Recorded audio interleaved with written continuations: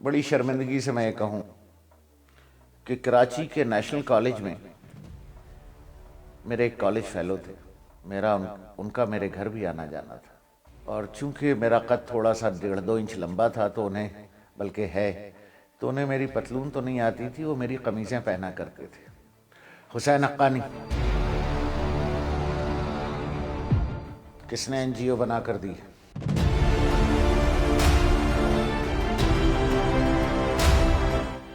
حسین، میں تم سے پوچھ رہا ہوں،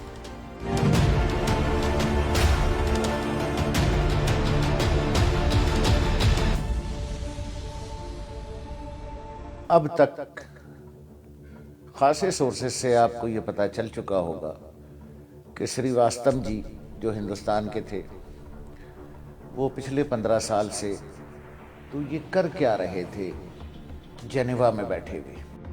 یورپی یونین میں فیک نیوز کی تحقیق کرنے والے گروپ نے انڈیا سے تعلق رکھنے والے افراد اور اداروں پر غلط اطلاعات پھیلانے کا الزام لگایا ہے۔ انڈین کرونیکلز کے نام سے جاری رپورٹ دنیا میں ڈس انفارمیشن کا سب سے بڑا نیٹ ورک بے نقاب ہو گیا ہے، اور یورپی یونین کے ایک ادارے نے بھارت کا جو مکروہ اور سازشی چہرہ ہے وہ دنیا کو دکھا دیا ہے۔ میں ایک عام پاکستانی اپنے بھائی کے لیے سادہ الفاظ میں یہ بتاؤں کہ ہندوستان گورنمنٹ کی بیکنگ سے اور بے پناہ فنڈنگ سے ایک صاحب سریواستم جی کو جنیوا میں پلانٹ کیا گیا، اور ان کو جو ٹارگٹ دیا گیا وہ یہ تھا کہ پاکستان اور چین 15 سال پہلے پاکستان اور چین اور بالخصوص پاکستان کے خلاف اس طرح سے کیمپیننگ بلڈ کرنا اور بدنام کرنا کہ حقیقت لگے۔ یورپی یونین میں فیک نیوز کے حوالے سے کام کرنے والے ایک تحقیقی ادارے EU ڈس انفو لیب کے مطابق ایک مردہ پروفیسر، کئی غیر فعال تنظیمیں اور 750 جعلی میڈیا آرگنائزیشنز کو ایک 15 سال سے جاری وسیع عالمی ڈس انفارمیشن منصوبے اور انڈین مفادات کو فائدہ پہنچانے کے لیے دوبارہ فعال بنایا گیا ہے۔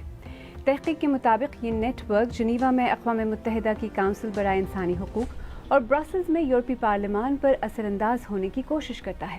کیا یہ کہ جو مردہ NGOs تھیں انہیں ہم ڈورمنٹ کہتے ہیں کہ ان کی رجسٹریشن ہو چکی ہے لیکن وہ عملاً معطل ہیں یا کچھ نہیں کر رہی، کبھی بنی تھیں ختم ہو گئیں، وہ NGOs، اس کے علاوہ وہ لوگ، میں نام بھی لے سکتا ہوں لیکن نام آپ پہلے ہی سن چکے ہیں سارے، پروفیسر سو اینڈ سو جن کا 2006 میں انتقال ہو چکا ہے، تو کچھ ایسے نامی گرامی لوگ کہ جن کا انتقال ہو چکا ہے، ان کے حوالے سے۔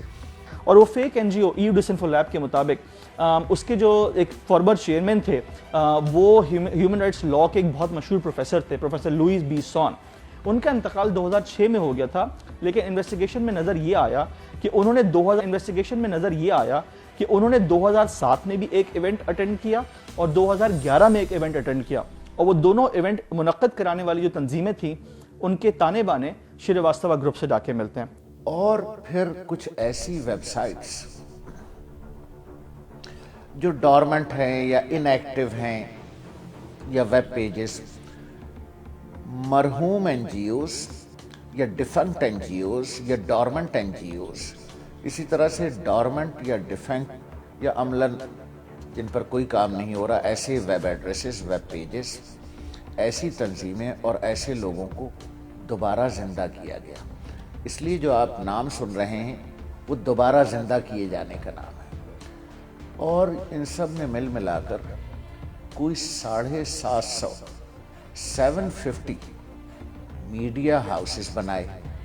اب جیسے ایک NGO انہوں نے بنائی، گلگت بلتستان فریڈم موومنٹ، ایک NGO بنائی، ایک نہیں یہ کئی تھیں لیکن میں ایک نام لے رہا ہوں۔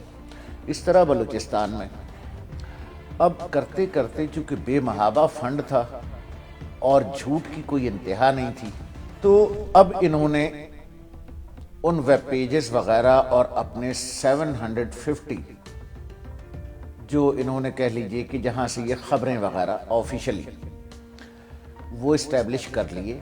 A lot of the websites had anti-Pakistan sort of misinformation or disinformation. Who are they targeting and why? They were doing two things. First, they were copy-pasting content for existing source of information. Might be Russia Today, might be Voice of America, might be the North Korean press agency. So that's the first time to actually give the appearance of a legitimate media outlet, because it's reporting on many news from different sources. But what they did is they had a network of organization and media covering specifically demonstrations organized by think tanks and NGOs run by the Srivastava Group. And when they had these demonstrations, whether in Brussels or whether in Geneva in front of the United Nations headquarters, then at that time they were actually only promoting one side vision of the Pakistan and Indian conflict, and it was always the Indian vision of the conflict.